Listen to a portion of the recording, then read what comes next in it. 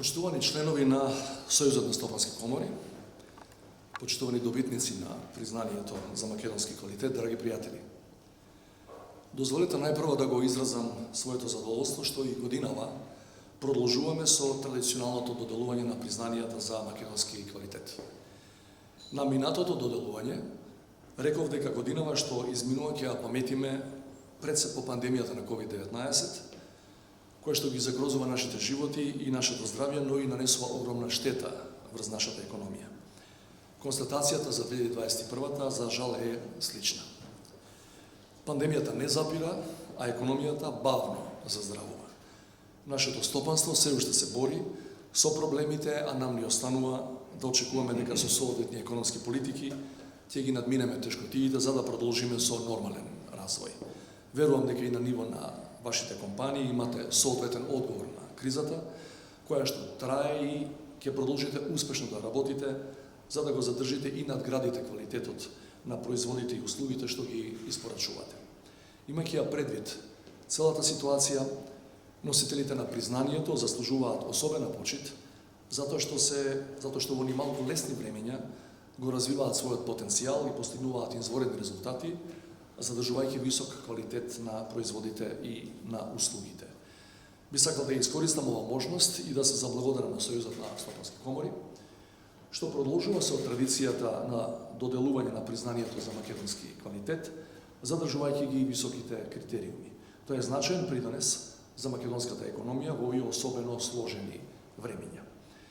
Би сакал најискрено да ви честитам за постигнатото во 2021-та и посакувам признанието за квалитет да ви биде дополнителен мотив за уште подобри резултати. И годинава, согласно критериумите на Сојузот на стопански комори, добитници на признанието се стопански субјекти од различни економски области, кои покажуваат општествена одговорност и се истакнуваат според својот развој. Почитувани, навистина е неблагодарно добитниците да ги споредуваме или оценуваме, особено имајќи предвид дека доаѓаат од различни области. Во секој случај имаме лепеза од компании кои се од различни стопански гранки почнувајќи од производство, продажба, трговија, услужна и здравствена дејност, па се до невладина организација која нуди социјални услуги на нашите граѓани. Се надам дека нема да ми замерат останатите 9 ако издвојам еден од добитниците на признанието за македонски квалитет. Тоа е непрофитната организација која што се грижи за посебна категорија наши граѓани.